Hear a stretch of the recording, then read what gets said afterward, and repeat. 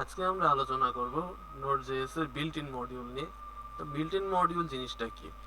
নোড.জেএস আমরা যখন ইনস্টল করি আমাদের অপারেটিং সিস্টেমে বা মেশিনে, তখন ওর সাথে আর কিছু মডিউল বা প্যাকেজ ইনস্টল হয়ে যায় যেটা নোড.জেএস এর ডেভেলপাররা নিজেরাই নোড.জেএস এর ভিতরে ইনস্টল করে দিয়েছে। অর্থাৎ আমাদের আলাদা করে কোনো এই মডিউলগুলো বা এই প্যাকেজগুলো আমাদের ইনস্টল করতে হয় না।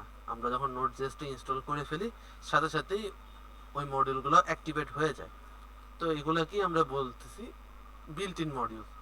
তো নোড.জেএস এ অনেক বিল্ট ইন মডিউল আছে, তার ভিতরে আমরা আজকে সবচেয়ে সহজ এবং সবচেয়ে মজার একটা মডিউল শিখবো, সেটা হচ্ছে ওএস। তো চলুন আমরা কোডে যাই।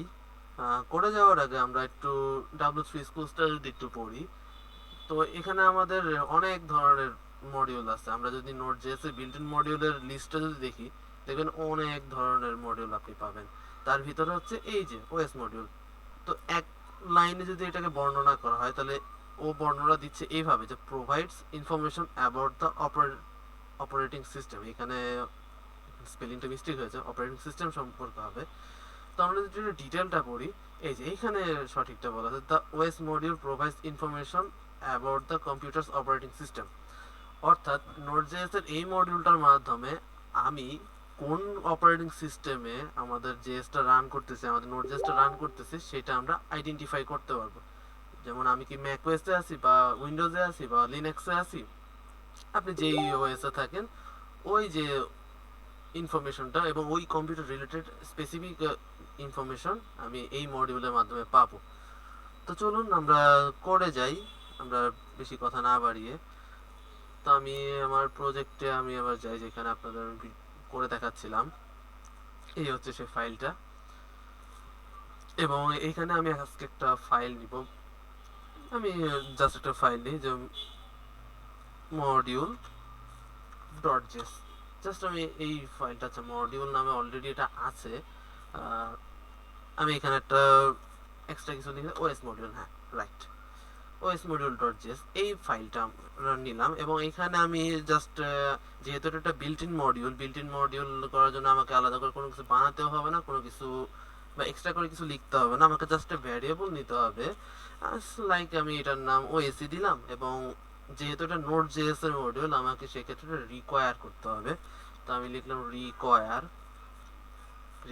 দেন ওএস, জাস্ট এই। এবং আমি চাইলে এটাকে লক করে দেখতে পারি, যেমন এটার ভিতরে, সরি, আমি এটার ভিতরে কনসোল লক করে দেখতে পারি এরকম, যে ওএস এর ভিতরে আছেটা কি, আমি জাস্ট এইটাই দেখতে চাই। এবং আমি এখন যেটা করব, আমি নোড এবং ওএস মডিউল ডট জেএস এই ফাইলটাকে রান করে দেখতে চাই। এবং কি হলো এখানে, the internal modules you cannot find, আচ্ছা আমি আমার PWDটা একটু দেখি। হ্যাঁ, আমি তো আমার সেমিয়াতেই আছি। আমি কি বানানটা ভুল করলাম?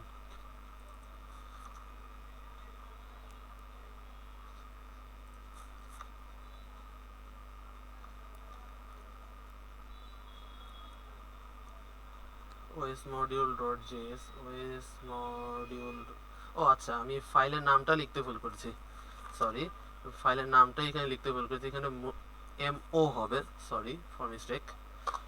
এবার আমি যদি এখানে এন্টার দিয়ে, দেখবেন আমার সামনে হিউজ কিছু ইনফরমেশন চলে আসছে। জাস্ট একটা অবজেক্ট রিটার্ন হয়েছে, এবং অবজেক্টের ভিতরে অনেক ধরনের প্রপার্টিজ আছে, যেমন আর্ক। এগুলো আমরা এক এক করে দেখবো, আমরা W3 স্কুলস মিলিয়ে মিলিয়ে আমরা কয়েকটা দেখবো। যেমন এখন আমি যদি এখান থেকে এই জাস্ট কনসোল ডট লগ এর ভিতরে যে ওএস ভেরিয়েবলটাকে আমি যে বলে রাখলাম, এইখানে আমি যে ডট দিই, আপনি দেখতে পাবেন অনেক ধরনের মেথড আমার সামনে ওপেন হয়ে গেছে। অনেক ধরনের মেথড আমার সামনে ওপেন হয়ে গেছে। এর ভিতর থেকে আমি যদি লাইকসে আমরা একটু W3 স্কুলসটাই দেখি, প্রথমে যে মেথডটা সম্পর্কে বলতেছে আর্ক, ও কি রিটার্ন করে, ও রিটার্ন করে হচ্ছে অপারেটিং সিস্টেমের সিপিইউ আর্কিটেকচার। আচ্ছা চলুন আমরা ওইটাও দেখি, আমার পিসি সিপিইউর আর্কিটেকচার কি। জাস্ট এইভাবে আমি রান দিলাম। যা, এবার আমি যদি এই ফাইলটাকে রান করি, তাহলে আমাকে রিটার্ন করছে x64, অর্থাৎ আমার সিপিইউ আর্কিটেকচার 64 বিট। আমার সিপিইউ আর্কিটেকচার 64 বিট। এবং এর পাশে আমরা আরেকটু যদি দেখি, যেমন এখানে এই যে হোস্ট নেম এটা আমরা একটু দেখতে পারি হোস্ট নেম জিনিসটা করে কি। হোস্ট নেম জিনিসটা করে কি, আমি যদি হোস্ট নেম লিখে এইভাবে যদি আমি ফাংশনটা কল করে দিই এবং আমি এটা ক্লিন করে দিলাম আমার কনসোলটা, জাস্ট এন্টার দিলাম, আমার বলতেছে আমার পিসি, আমার বর্তমানে যে ইউজার অ্যাকাউন্টে রান হয়ে আছে, আমার উইন্ডোজ অপারেটিং সিস্টেম যে ইউজার অ্যাকাউন্টে রান হচ্ছে, এই হচ্ছে সেই নাম। বা সরি, এখানে এটা ইউজার অ্যাকাউন্টের নাম না, আমার পিসির যে মেইন, আমার পিসির যে হোস্ট নেম সেটা রান হচ্ছে। যেমন এই যে এটা হচ্ছে আমার পিসির হোস্ট নেম, তার আন্ডারে হচ্ছে আমার একটা অ্যাকাউন্ট আছে এই। যাই হোক, তাহলে আমরা জানতে পারলাম যে আমার ওএস ডট হোস্ট নেম এই মেথডটা, এইটার মাধ্যমে আমি আমার পিসির হোস্ট নেম সম্পর্কে জানতে পারি। আচ্ছা, এরপরে আমরা দেখি, আচ্ছা, ফ্রি মেমোরি। ফ্রি মেমোরি জিনিসটা হচ্ছে আমার পিসির যত র্যাম থাকবে, র্যামকে র্যামকে সাধারণত মেমোরি বলা হয়। তো আমার পিসিতে যত র্যাম থাকবে সেখান থেকে যতটুকু অংশ আমার আনইউজ থাকবে সেই হিসাবটা করে দেখাবে। তাহলে চলুন আমরা এটাও দেখি। জাস্ট আমি লিখবো ফ্রি মেমোরি, হ্যাঁ ফ্রি ম্যাম। ও যেটা করবে, ও আমাকে একটা নাম্বার রিটার্ন করবে। এটা হচ্ছে আমার বাইট আকারে ও রান করতেছে। এটা মানে আমরা তো জানি আমাদের র্যাম হচ্ছে 8 GB 16 GB।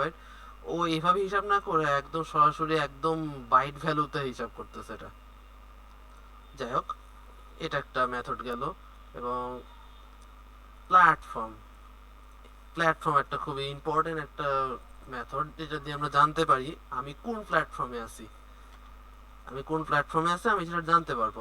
এন্টার দিলাম, দেখেন আমাকে বলতেছে Win32, অর্থাৎ আমি উইন্ডোজে আছি। এটা হচ্ছে উইন্ডোজের প্ল্যাটফর্ম কোড নেম।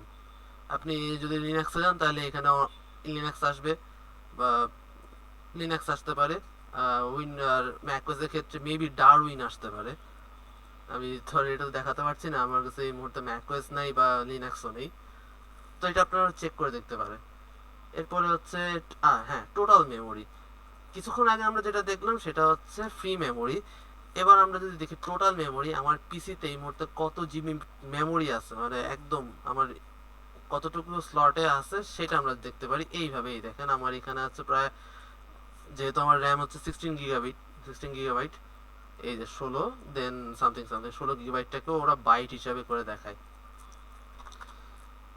যাই হোক, এবার আমরা আর হ্যাঁ, আমরা চাইলে আমাদের পিসির ইউজার নেম, বর্তমানে কোন ইউজারটা রান করতেছে তার ইনফরমেশনও আমরা পেতে পারি। কিভাবে? জাস্ট ইউজার ইনফো নামটা বা মেথডটাকে কল দিয়ে। এই হচ্ছে আমার পিসির ইউজার নেম, যেখানে আমার ইউজার নেম হচ্ছে রামিম এবং তার হোম ডিরেক্টরি হচ্ছে এই। আচ্ছা, যাই হোক, এটা একটা গেল।